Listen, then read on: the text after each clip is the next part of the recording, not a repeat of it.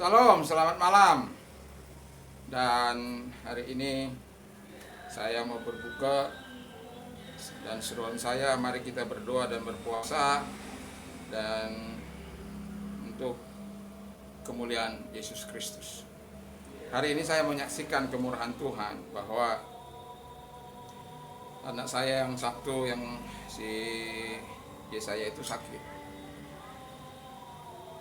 Sakitnya tidak terdeteksi, ya, tapi dia mengalami kemerosotan berat badan yang sangat luar biasa, dari 90 menjadi 90 lebih menjadi 60. Itu saya sebagai orang tua ya khawatir lah ya, karena drop shot yang begitu luar biasa, mungkin nggak sampai 2 bulan dia begitu, itu sampai badannya itu sangat kurus sekali.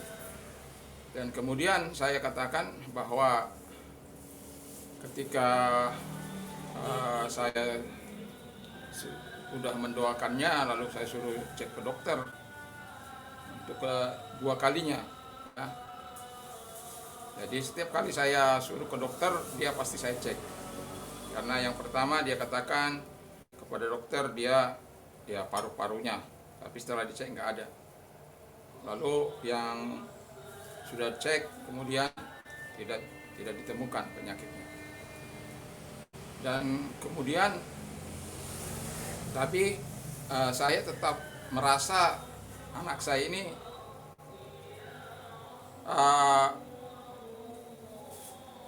sakit gitu loh. Tapi dia sendiri nggak tahu mau menerangkan bagaimana sakitnya gitu, bagaimana gejalanya, bagaimana apa yang dirasakannya, dia sendiri nggak bisa bercerita. Sampai pada akhirnya satu kali saya mendengar di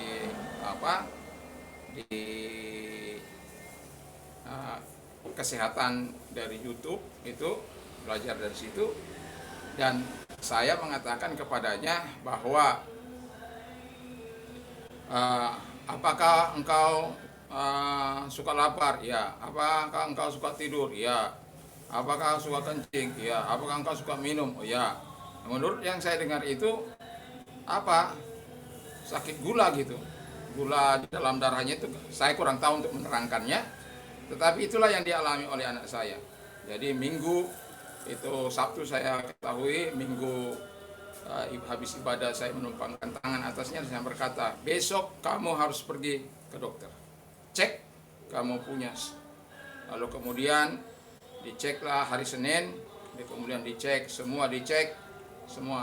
Jadi saya aja udah tua begini belum pernah pemeriksaan lengkap, ya belum pernah selama hidup saya, belum pernah saya mengadakan pemeriksaan cek lengkap itu, belum pernah. Walaupun waktu masih mau masuk APRI juga enggak itu semua. Jadi semua dicek seluruh apanya. Tapi enggak setelah tadi mereka pulang dari habis karena setelah hari Senin dia diperiksa hari Selasa, lalu hari Kamis baru diberitahu hasilnya, karena mungkin harus baca, karena semua yang bagian dalam diperiksa. Nah, lalu kemudian, tapi saya sudah bilang begini kepada anak saya, kau nggak sakit, kau udah sembuh. Cuma saya katakan supaya kamu pergi ke dokter untuk menceknya, untuk melihatnya, supaya ada kepastian yang luar biasa. Karena saya tetap yakin bahwa mujizat selalu ada bagi orang percaya. Bagi Tuhan tidak ada yang mustahil. Asal kita yang pertama itu percaya, kita percaya bahwa Tuhan itu mau menjawab kita. Kita percaya bahwa Tuhan itu bisa melakukan apa yang kita inginkan. Apa yang mintalah maka kamu akan mendapat. Carilah maka mintalah kamu akan menerima, carilah maka kamu ketuklah maka pintu akan dibuka bagimu. Karena setiap orang yang minta menerima, setiap orang mencari mendapat. Setiap orang mengitu pintu dibukakan baginya. Jadi percaya akan kebaikan Tuhan, percaya akan kemuliaan. Lalu kemudian beriman. Dengan iman itu kita bisa menyenangkan hati Allah.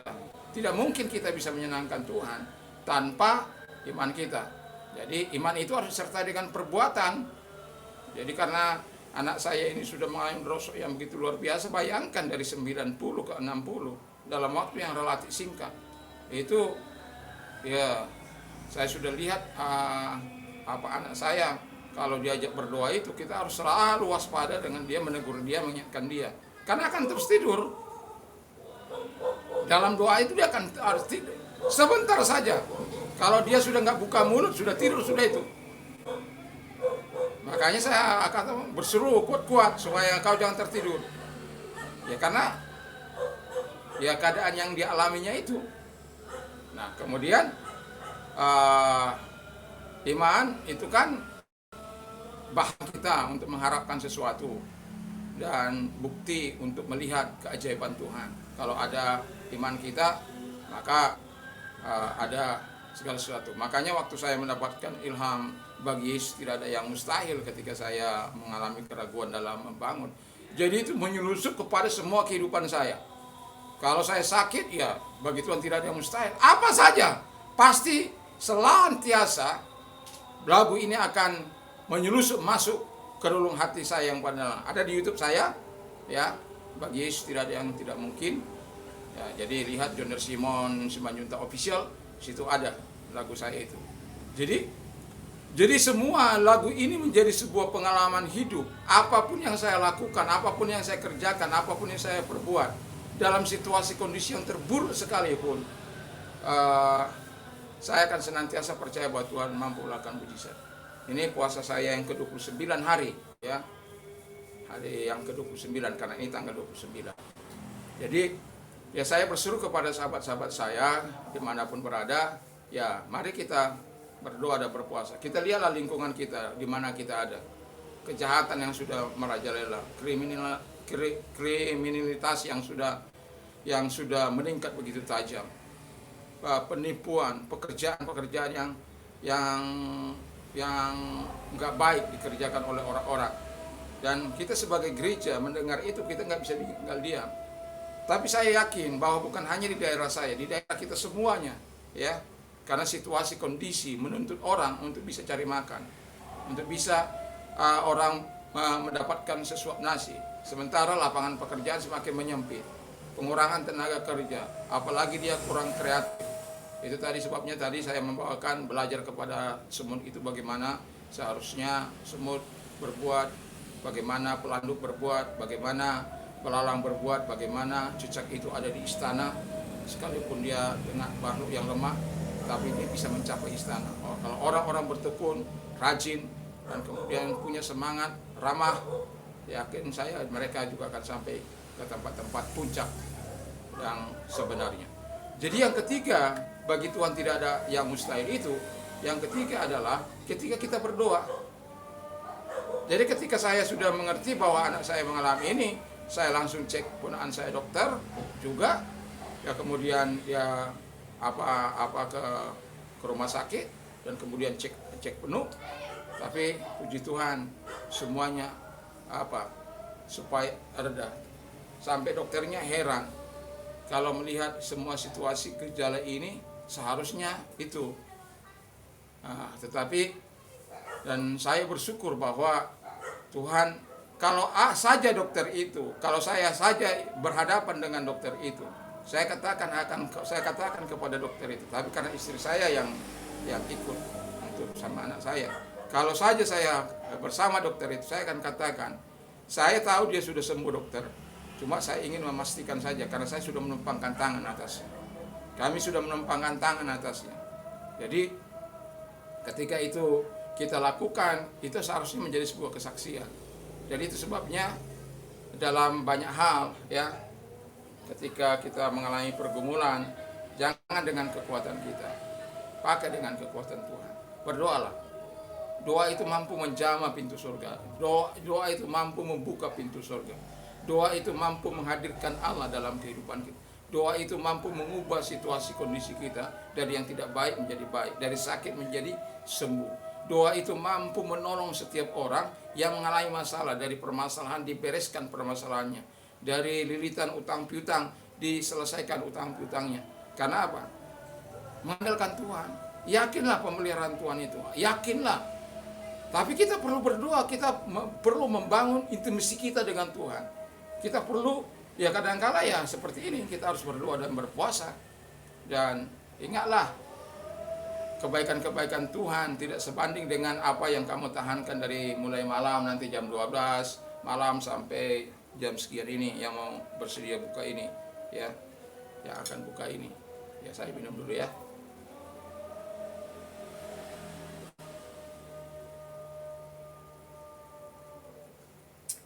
Tadi saya saking haus ya. Sebenarnya saya mau melayat tapi saya tidak bisa karena saya lihat kalau saya pergi ini pasti sudah buka ini. Dan itu sebab saya bilang sama istri saya, Tuhan tolong gantikanlah saya. Saya sepertinya perlu istirahat karena saking panasnya saya sampai jam itu masih kerja. Jadi bukan karena kita berpuasa lalu kita tutup dari aktivitas, tidak. Tapi kalau sudah memang mencapai kepada situasi yang tidak bisa kita paksakan, ya istirahatlah supaya ada sedikit peredahan ya. Jadi itu sampai ya ini kita buka. Saya bersyukur habis doa terus bawa firman Allah lalu kemudian ini buka. Jadi ingatlah, mujizat selalu ada bagi orang yang percaya kepada Yesus. Jadi bagi Yesus selalu ada mujizat ketika kita mau berdoa, ketika kita mau beriman, ketika kita mau percaya. Itu percaya dan iman itu bagaikan dua sisi mata uang yang tidak terpisahkan. Jadi saya berharap, jadi kalau kita punya pergumulan-pergumulan hidup, jangan bersungut-sungut.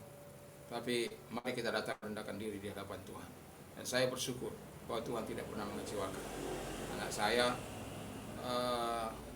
sembuh bukan karena kekuatan ya, tapi saya tahu bahwa Tuhan itu adalah Tuhan yang menjawab setiap doa kita. Saya telah membuktikan sejak 1 Maret 1987 sampai hari ini pemeliharaan Tuhan.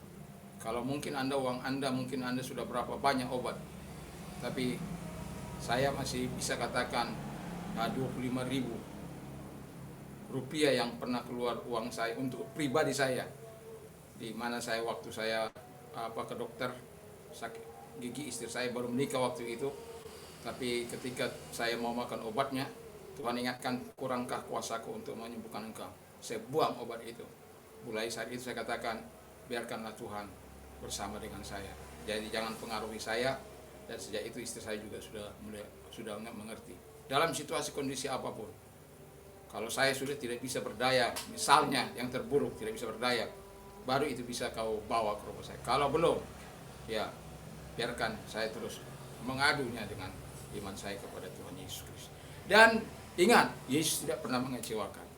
Puji Tuhan, Tuhan Yesus memberkati. Jadi mari kita berdoa dan berpuasa. Saya merasakan mengapa saya selalu kalau puasa panjang itu dengan saudara-saudara saya Muslim. Jadi mereka sebelum berpuasa, saya sudah berpuasa terlebih dahulu. Ya, berpuasa terlebih dahulu. Ya, karena situasi dan kondisi. Dan saya lebih menikmati suasana puasa itu ketika bersama dengan mereka, apalagi lingkungan kami ini. Jadi saya merasakan suasana atmosfer puasa itu ya lebih terasa gitu. Jadi tapi saya tidak pernah ingin memaksakan kepada anak istri saya untuk berpuasa mengikuti puasa saya, puasa panjang, nggak pernah itu, karena itu tidak bisa dipaksa. Jadi tetapi himbauan tetap saya lakukan ya, kalau cuma tahan di 12 jam ya berdoalah 12 jam. Kalau tahan 6 jam berdoalah, berpuasalah 6 jam. Tapi saya bersyukur Tuhan tetap berikan kekuatan sampai hari yang ke-20. Tanggal berapa ini? 9. Nah, ke-29 ini. Jadi Tuhan Yesus memberkati. Ya, kalau Anda mau berpuasa panjang, ya Anda akan mulainya dari awal. Ya jangan sampai full dulu, karena Anda belajar hari-hari sebelumnya sampai Anda bisa merasakan fitnya Anda baru ambil. Jadi saya bersyukur Tuhan memberkati. Jadi ketika kita berdoa berpuasa, di situ kita bisa melihat kebaikan Tuhan, mujizat Allah dinyatakan dari satu hal ke hal yang lain. Tuhan Yesus memberkati kita. Tetaplah berdoa dan berpuasa. Mari kita latih diri kita berdoa dan berpuasa, dan mari kita prihatin dengan situasi kondisi yang ada dengan berdoa dan berpuasa. Tuhan Yesus memberkati. Haleluya. Ini seruan saya untuk kita berdoa dan berpuasa. Khususnya gereja Pantekosta, ya. Gereja Pantekosta, mari kita berpuasa. Ya, Tuhan Yesus memberkati. Haleluya. Amin.